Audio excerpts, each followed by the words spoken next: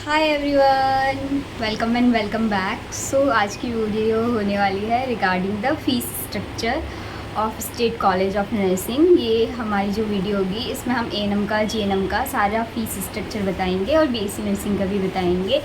और जितने भी बच्चे अभी आने वाले हैं एडमिशन कराने, उनके जितने भी डॉक्यूमेंट जो रिगार्डिंग एडमिशन के टाइम पे जो भी डॉक्यूमेंट्स उनको चाहिए होते हैं कॉलेज में, उसके ऊपर भी ये वीडियो होने हम आपको बताएंगे। Fees structure of state college of nursing. State college of nursing में फ़ीस क्या क्या होती है, कितने थाउजेंड लगती है फ़ीस, और बाकी जो गवर्नमेंट कॉलेजेस हैं उनकी भी इतनी लगती है। तो आपको बता देते हैं जो फ़ीस होगी वो आपकी 11,613 रुपये। तो इतने रुपए का आपको बैंक ड्राफ्ट बनाना है। और आपको जैसे बताया ये कि जो बैंक ड्राफ्ट होगा वो प्रिंसिपल के नेम पे बनेगा। प्रिंसिपल मतलब प्रिंसिपल का नेम ये नहीं कि आप हमारे प्रिंसिपल का नाम लिखते हैं, ऐसे नहीं लिखना है आपको। जस्ट जो बैंक ड्राफ्ट होगा उसमें आपको मेंशन करना है principal state college of nursing Dehradun, बस इतना लिख के ख़त्म करना है। अगर आप किसी और गवर्नमेंट कॉलेज में हो तो आपको लिखना है principal government college of nursing Haldwani, ऐसे। तो आपको इस टाइप से आपको बैंक ड्राफ्ट बनाना है। एक इन्फॉर्मेशन और है कि ये जो फीस स्ट्रक्चर है ये केवल ये विदाउट हॉस्टल है। 11,613 रुपीज़ आपके विदाउट हॉस्टल बनेगा।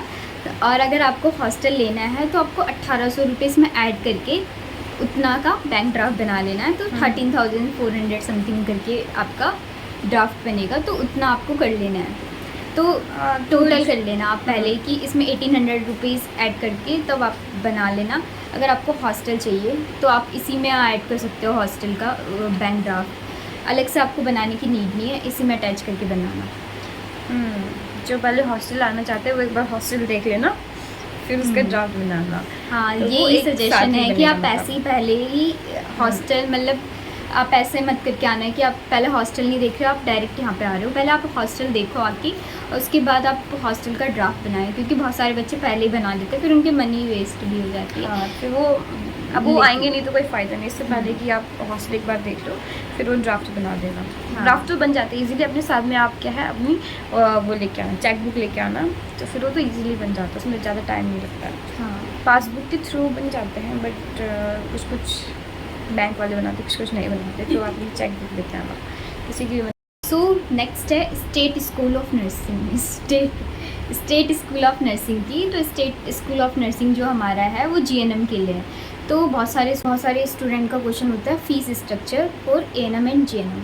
तो आपको हम बता देते हैं कि जो एएनएम होगी उसकी जो टोटल फ़ीस होती है वो पड़ती है 3,327।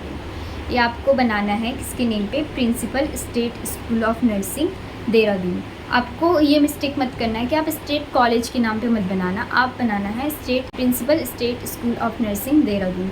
आपको इसको लिखना है, ठीक है, एएनएम वाले और जीएनएम वाले दोनों के लिए। और जीएनएम वालों का है, जीएनएम वालों की जो टोटल फ़ीस है वो है 6,530 रुपीज़।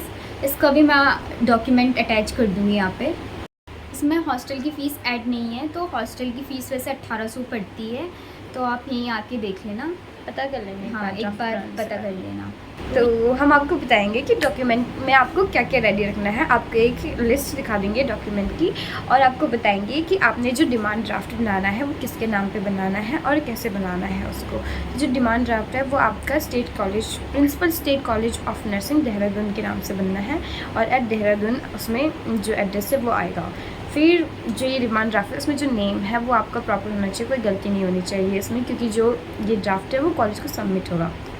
फिर उसके बाद आते हैं कि जो भी डॉक्यूमेंट्स वगैरह हैं वो आपने क्लियर कर देना है। मतलब जैसे होते हैं कि ओबीसी वाले हो गए तो ये रिन्यू होते हैं 3 साल के बाद, तो आपने ये रिन्यू भी करने हैं। सारे डॉक्यूमेंट आपने ओरिजिनल लेके आने हैं। अपने एफिडेविट्स बनते हैं तहसील से, तो आपने वो भी बनवा लेने हैं अपने प्रॉपर, क्योंकि अगर आप यहाँ आके बनवाओगे तो उसमें ज़्यादा दिक्कत होती है। प्लस आपका मेडिकल भी बनता है, तो आपने अपने जो भी आपके डिस्ट्रिक्ट हॉस्पिटल है तो वहाँ से आपने अपना मेडिकल बनवा लेना है। सो बहुत सारे स्टूडेंट का क्वेश्चंस रहता है, कमेंट में भी रहता है कि क्या बोलते हैं एफिडेविट घर से बना के आना है कि यहाँ पे बनाए। तो मैं तो ये बोलना चाहूँगी कि अगर आप घर से बना के ला सकते हो तो अच्छी बात है, क्योंकि आपका यहाँ पे टाइम वेस्ट नहीं होगा। फिर क्योंकि आप एडमिशन करोगे तो आपका डायरेक्ट एडमिशन हो जाएगा, अगर ऑलरेडी आप बना के आ रहे हो तो वो ज़्यादा बेनिफिट होगा।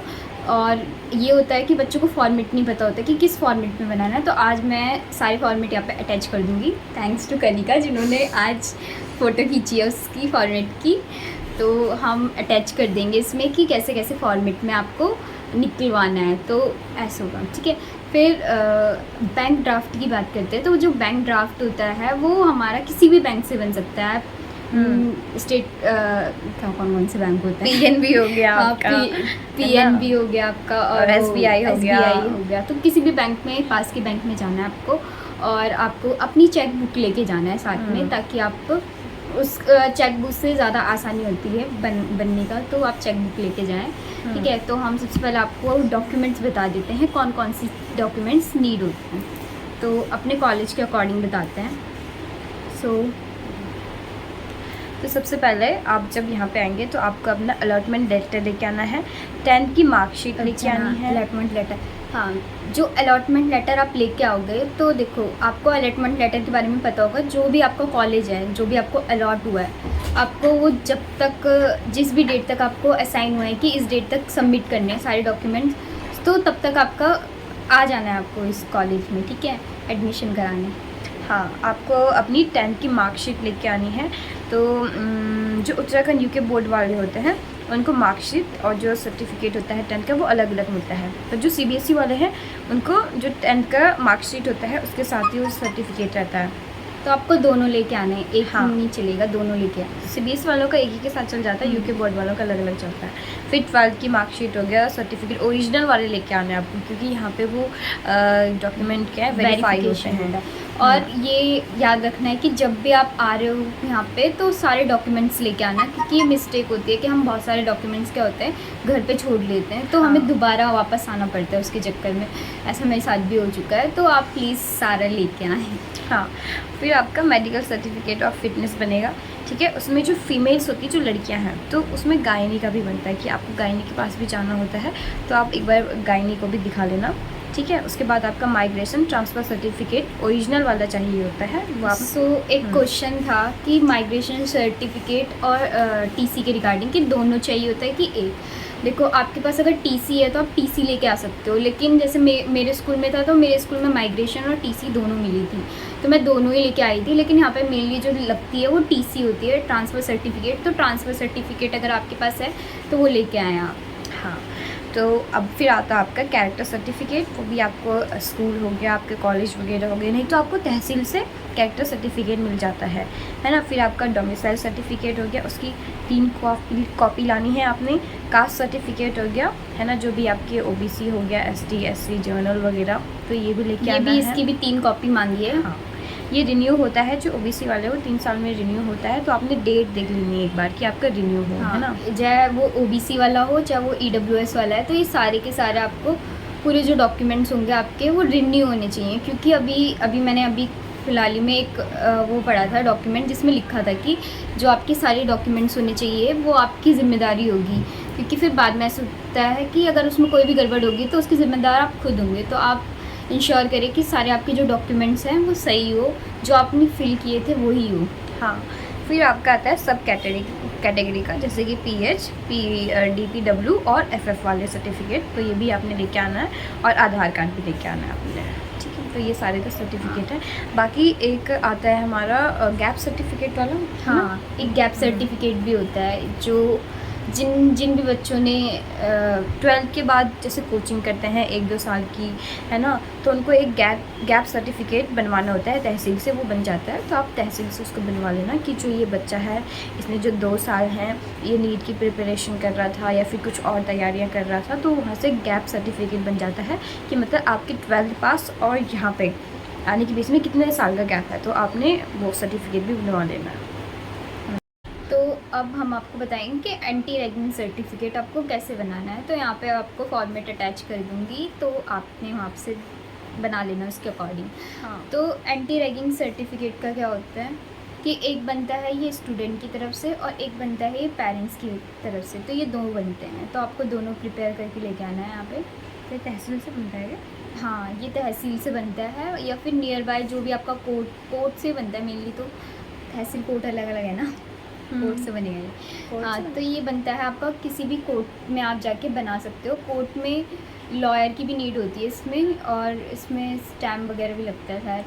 तो मैंने तो यहीं पे प्रिंस चौक जो होता है यहाँ पे, अगर आप स्टेट कॉलेज में आपका वही एडमिशन बताएगी। हाँ, तो अगर आपका स्टेट कॉलेज ऑफ नर्सिंग में एडमिशन हो रहा है तो आपके लिए फ़ायदा है कि आप क्या कर सकते हो, जो भी यहाँ पे कोर्ट है यहीं प्रिंस चौक के कचहरी इधर नियर, पास में ही। हाँ कचहरी पास में है, तो आप वहाँ से बना सकते हो एफिडेविट सेम डे। और आप दून हॉस्पिटल से अपना मेडिकल सर्टिफिकेट भी बना सकते हो। बट अगर इसमें काफ़ी टाइम लगता है, तो हम्म। आप अगर आपका जो भी डिस्ट्रिक्ट हॉस्पिटल है, बेस हॉस्पिटल है, वहाँ से बनवा के आएँ तो वो ज़्यादा सही है, क्योंकि यहाँ पे बहुत ज़्यादा टाइम लगेगा। तो ये हो गया, और दोनों अटैच कर दूंगी तो आप दोनों लगा देना। जब भी यहाँ पे आ रहे हो तो आपको अपनी कम से कम 5-7 फ़ोटो लेके आनी है पासपोर्ट साइज, क्योंकि वो नीडेड होती है, तो उसको मत भूलना, आप लेके आना जरूर। तो मैं JNM का भी अटैच कर लूँगी, आप देख लेना। वही सारी चीज़ें चाहिए, अलॉटमेंट लेटर, हाई स्कूल का सर्टिफिकेट और उनकी मार्कशीट, इंटर का भी चाहिए है, जाति प्रमाण पत्र चाहिए, ठीक है, मूल प्रमाण पत्र यानी कि स्थायी निवास जिसको हम डोमिसाइल भी बोलते हैं, तो डोमिसाइल भी चाहिए होते हैं। और चरित्र प्रमाण पत्र, कैरेक्टर सर्टिफिकेट चाहिए आपको, TC चाहिए आपको, मेडिकल सर्टिफिकेट चाहिए, एंटी रैगिंग सर्टिफिकेट चाहिए, और अदर डॉक्यूमेंट्स भी चाहिए। जो भी आपके मेन अदर डॉक्यूमेंट्स हैं उनको सबको लेके आपको आना है, ठीक है। नेक्स्ट है कि आपको जो आपका फ़ोटोज़ हैं वो भी लेके आनी है, 5 फ़ोटो लेके आनी है, और बैंक ड्राफ्ट भी चाहिए होता है। तो ये सारे आपको चाहिए होते हैं। तो स्टेट स्कूल ऑफ नर्सिंग में एक और डॉक्यूमेंट लगा हुआ है, तो मैं वो भी अटैच कर दूँगी। इसमें ये स्टैम्प पेपर पे 10 रुपये का जो स्टैम्प पेपर है उस पर आपको लिख के लेके आना है। तो यहाँ पे 2 ऐसे डॉक्यूमेंट लगे हैं, तो आप वो भी ले आना, या फिर आप आके यहाँ पे पता भी कर सकते हो। अभी तो जो नोटिस बोर्ड था उसमें लगा है, तो हम बता रहे हैं। और जीवन की फ़ीस नेक्स्ट है कि ये सारे डॉक्यूमेंट्स आपको लेके आने हैं। सारे डॉक्यूमेंट्स आप अच्छे से लेके आए। और अगर आपको वीडियो पसंद आए तो do not forget to like, share and subscribe. Thanks for watching.